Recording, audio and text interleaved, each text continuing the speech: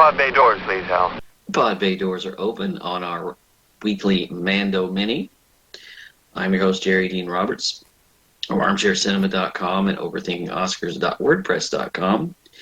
Seated here with my co-pilot / co-host, the critic, dare I say legend, or TalkMovieMe.com, Mr. Doug Heller. How the heck are you today, sir?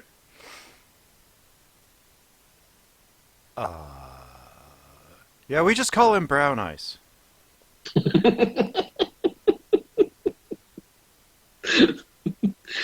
Okay, let's jump right into it. This is episode. What episode is this? This is 15. This is chapter 15, episode 7 of season 2. The Believer. The Believer. And Okay. Let's talk about this helmet, because this has been driving me crazy. What the heck are the rules with this helmet? Well, okay. So, and I love that Mayfeld brings this up right there, so that they can at least it's a question that's being asked in universe. You know, right. They've been really good at doing that in this series. Well, unless I missed my cue, he has taken his helmet off 3 times in this series. Well, remember the armorer said, "Have you ever shown your face to another?" You can take the helmet off to eat and stuff. You just can't be seen by anybody else. Right. So he could take his helmet off to have it scanned, to have his face scanned. He just couldn't let anybody else see him. Right. He could have put the helmet back on. Mm. I'm not really sure why he didn't. Mm. Well, she says in the episode, have you ever removed your helmet in front of anyone? Mm-hmm. Have you ever allowed your helmet to be removed by anyone else? Mm-hmm. So I don't know the rules. And then in Sanctuary, Cara Dune asks him, "So what happens if you take the helmet off? Do they come kill you?" He says, "No. I just can't. You just can't ever put it back on again." Right. But Mando has now Din Djarin has now found out that his oath is not what 95% of 99% of living Mandalorians follow. So he's realizing that maybe what he was brought up in isn't necessarily what he needs to hold on to survive. Right. I think he's learning, and that encounter with Bo-Katan helped, like, completely alter his perspective of what Mandalorian is. Children of the Watch. Right, and the whole Death Watch thing, that gets tricky. Yeah. That gets unfortunate. But I like that they're actually talking about it, and I like that he's starting to realize that an unbreakable oath is only good until you run into something that you care about more. Okay. And I think Grogu means more to him than his whole way of life. This whole season has been a reawakening of certain things in his perspective. In terms of how he sees, because when he meets Bo-Katan, there's a resistance, it's the code, the code. And then by the end of that episode, he's starting to accept. Right, because when she says, "This is the way," yeah, he's okay. This is the way. And then in the next episode is overturning his perspective about his so-called enemy. Right, because he had to bond with his enemy. Which he didn't know anything about in the first place anyway. Right. But, which is weird, because he grew up, he was a kid during the Clone Wars. How did he not know about the Jedi? But So was Han Solo. Well, he was Um, raised in the covert. right, I mean, he kind of knows what they tell him. right. So, he's now starting to see that there are more than one path Mhm. to follow the way. Yeah, And it gets really complicated. right, I feel like he's starting to see that the dogma does not help him Mhm. or help the people that he has become close to. Mhm. It's a great rule for being isolatory, Mhm. not a good rule for being in communion with those that don't also follow it. Right. So, I do like the look on Pedro Pascal's face when he's sitting at that table. You can read right there on his face, I need to get my helmet back on. I yeah. really seriously need to get my helmet He's like, back on. I'm not used to people being able to see me, and I probably he makes a whole lot of goofy faces when people are saying shit he doesn't like. So he's not used Yeah, to not being able to do that. I wear a That would be mask all day. me. I That get would it. be me. I'd be under there going making making faces and mumbling shit and just it's like mumbling things that Dark Helmet. Never have that yeah. thing down around me. Well, this episode is interesting because first of all, anything following last week's episode is going to be a step down. I mean, my God, because last week was it was so incredible. Yeah. Um, but this one goes into an area I really didn't expect. This whole thing about the war being so black and white. The Mm-hmm. idea that hey, it doesn't matter who wins. There are always people that are gonna be caught in the middle of it. Right. The The when he mudslingers. said Empire, New Republic, doesn't matter to these people. Yeah, yeah. Always caught in the middle of it. Mm-hmm. And the whole refugee thing, I love that stuff. I loved that. I really liked the Vietnam connotations of Operation Cinder. Yes. Mm. Operation Cinder, for those of you who don't know, and I don't know how much you know about it, Operation Cinder was the final order by the Emperor after his death. It was sent by droids with a hollow image of the Emperor, giving the order to destroy specific planets and just reduce them to cinder, reduce them to ash, just destroy the entire everything on the planet, just burn it up. Alderaan. Only, Or but just turn it into a dead moon, right, basically. or leave, yeah, but leaving the planet exactly. So, and Naboo was actually one of the worlds that was targeted, but it got saved. Mhm. There were a couple of worlds. Several didn't make it, and a couple of others did. Mhm. But it was one of those turning points for many, many, many Imperials to leave the Empire Yeah. and join the New Republic because of how just unfathomably brutal this thing was, this Mhm. concept, this order was, and the terrifying way in which it was followed blindly by the leaders Mhm. um, was a big turning point in a lot of the books. And I'm glad that they brought that into the visual story, because this is really the first story we've ever gotten that was after Jedi that's not in a Mhm. book.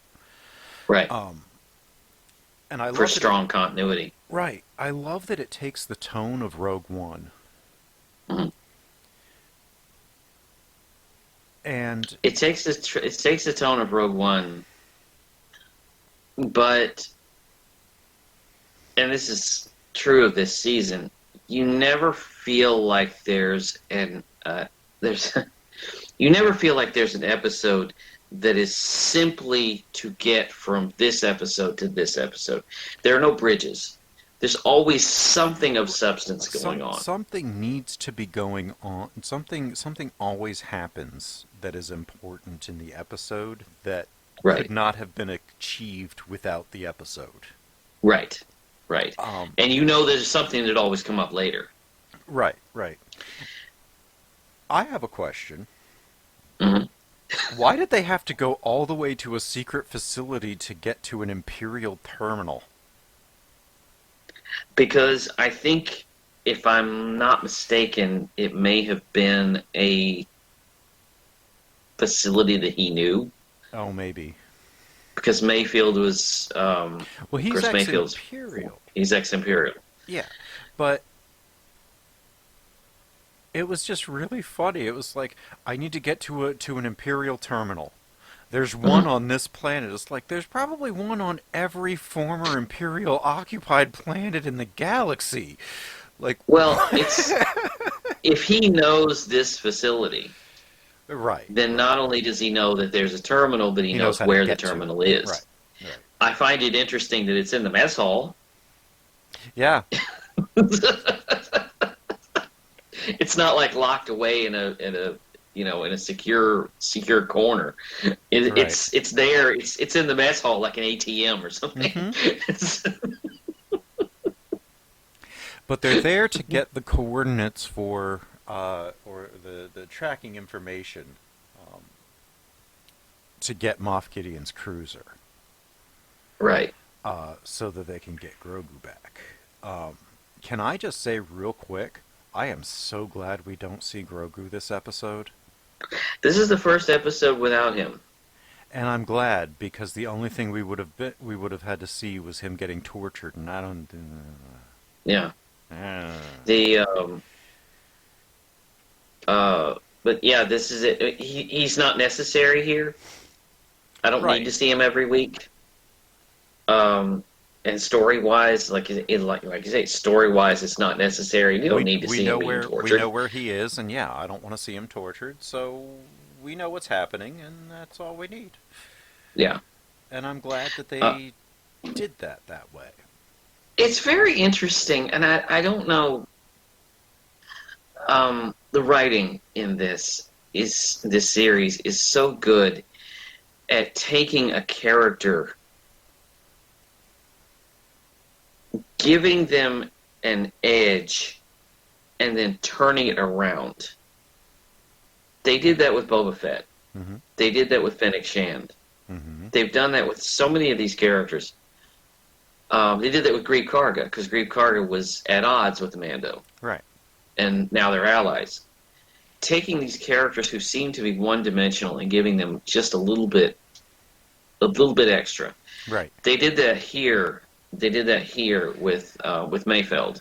I really like what they did with Mayfeld because I love Bill Burr, but I hated him in the season 1 episode that he was Well, like. because in the season 1 episode, it seemed to be, and I've said this before, it felt like an episode of Rebels, Yeah, in which the he was the characters asshole, and it was just the he was characters were static and just yeah he was being Bill Burr, and yeah. that's great in his stand-up, and but when he follows his personality out to its logical conclusion, Mhm. he would be Mayfeld in the season 1 episode, and that would be a very distasteful person. Right, right. um, Here, um, I love that, Cara Dune brings him back, and they get up to the ship, and he sees Boba, and he's like, "Uh-oh." He goes, "Oh, hey, for a Somebody second else. there, I thought you were somebody else," and then down comes Din Djarin. He's like, "Hey, Oh. Mando." Well, the other thing is they Hey. keep telling him, the droid keeps telling him, you're being remanded over to the Marshal. And he keeps asking, where are we going? Where are we I going? I'm love like, that. That is so Bill Burr. It's just a common courtesy. Tell people where you're taking them. You're being released. You're being landed in out of this scrapyard. Don't ask questions. Yeah, but when you're somebody like Mayfeld, you probably have been pulled out of certain situations and put into much worse ones but against your will. And you also get the feeling that Mayfeld's biggest problem, what has gotten Mayfeld into more trouble, is his mouth. Oh, more than Because anything else. because when they're releasing him, it's like just shut up and go. It's just But I will say this: it's nice to know that even in a galaxy far in Mexico, yeah, yeah, yes. because there's no way to take the Boston out of Bill Burr's accent. No, there's not. There's not. Can we talk about this Imperial officer? This is the creepiest guy. Yeah, The one that they meet in the yeah. mess hall. He. First of all, you can tell he's had a couple of drinks. Mm-hmm. And he keeps talking, but he's like talking through his teeth, and he's just it's It is. creepy. Um, and he's got this weird Southern Mm-hmm. accent, and it's like you can look at Mayfeld and you can tell the more this guy talks, the more this guy talks, the more he's getting under Mm-hmm. Mm-hmm. Mayfeld's skin. And he already knew him because he was a former commanding officer. When Yeah, I'm just like, what are you? Did he ask us like, what no, are you he doing didn't back here? recognize him. No, He because didn't recognize him. Okay. Din Djarin says, "Hey, will he recognize you?" And he goes, "I don't know. I was just a field operative, but you know, maybe." Mm. So that's why he's like, "I can't go in. We got And to of call course, this off." He's like, "No." and he gets in there, and I'm sitting there, and my wife and I are sitting there going, he's going to have to take that helmet off sooner or later. Somehow, some way, they're going to get Yeah. him out of that helmet. Um, but they're sitting there at that table with him, and that guy keeps talking. Mayfeld is getting more and more pissed off. And Dinjarin is sitting there just nervous as a cat. The Yeah. energy in this scene Mando is is, as perfect. they say, nervous as a cat in a room full of rocking chairs. A long-tailed cat in a room Hmm. full of rocking chairs. For several Yes. reasons. First of all, he's been seen without his helmet. Mm. Second of all, he knows what Mayfeld is doing, and he is just not happy about the prospects of getting out of there as a result of it, Right. because he can see what's going to happen. Like, And you're sitting there going, you guys are going to have to yeah, shoot your way out of this. because the Because more he talks, the more more the officer talks and the more Mayfeld talks, the Mhm. closer it gets. And every time Bill Burr says something, it's like the next sentence is when he's going to have to pull his gun. Although I Mhm. kind of feel that way about a lot of the times that Bill Burr talks.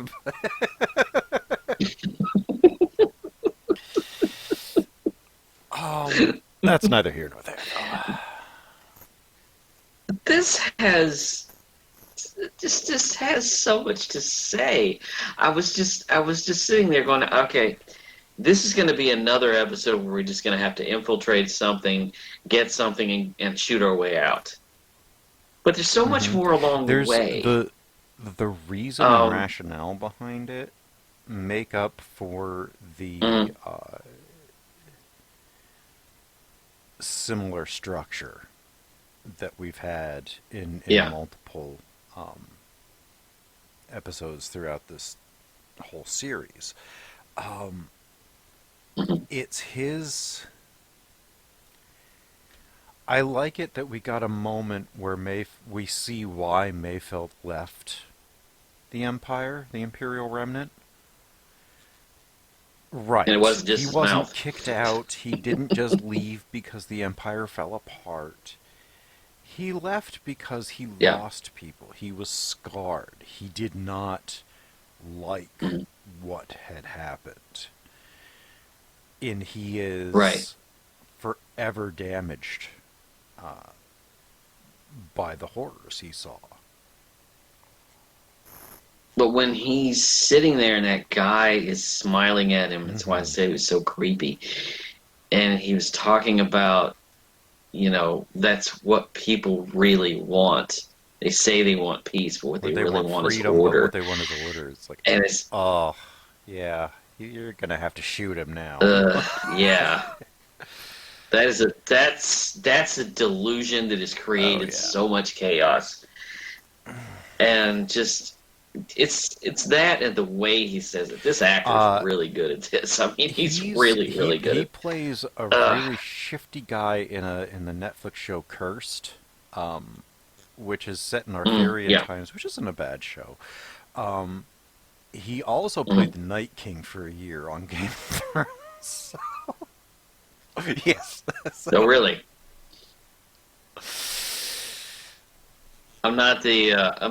I I'm just not a happened Game to of see Thrones it. fan, He was um, in 2014-15 in that season. He played the Night King. So it's yeah, he's creep incarnate. before we close before we close this down, we got to talk about the ending. That is the most victorious ending ever. I Yeah. mean, it's that message when they sent that Oh message to yeah. Moff And Gideon. it was exactly what Gideon said to him the first time. So it was Right. In the episode, in this number right. episode last season, the season before the season Moff Gideon, finale. you have something Um, I yeah, want. You may think you have some idea of what you're in possession of, but you do not. Soon he will be back with me. He means more to me than you will ever know. but that has so much The look weight on on it. Giancarlo That Esposito's line. face when that happens is just. It's a mixture of seething and scared. I don't know if they told him what he was gonna say. I'd like to think they didn't. They didn't tell him what Pedro Pascal was gonna say. But the look on his Mm-hmm. face is perfect. It's like I'm coming for you. But when he says he means more to me than you will ever know, that Oh, line that has just so much yeah, weight that on it. that that that hit like So next week we get the rescue. yes, and we get to see. I hope uh, what happens with Grogu's Jedi training, like where season 3 is gonna take us, because Yeah, I don't yeah. know if we're gonna be There may be a problem too. Grogu-less or if we're going to have a Jedi added or what we're gonna have. A Grogu with Sith powers. Yeah, that would be unfortunate. Yeah, I'm looking forward to it. So, It's a great show. Yeah, that's all I got. that's all I have.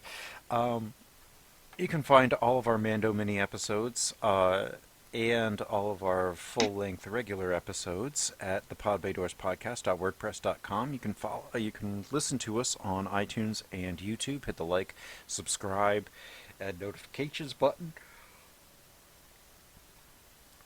Almost tapped out right there. Yeah, you can find us on Twitter at pod_bay. Copy and paste that over onto Patreon. We have our site there too with a couple of exclusives. We thank you so very much for joining us, and the Pod Bay doors are now closed. The mission has been completed.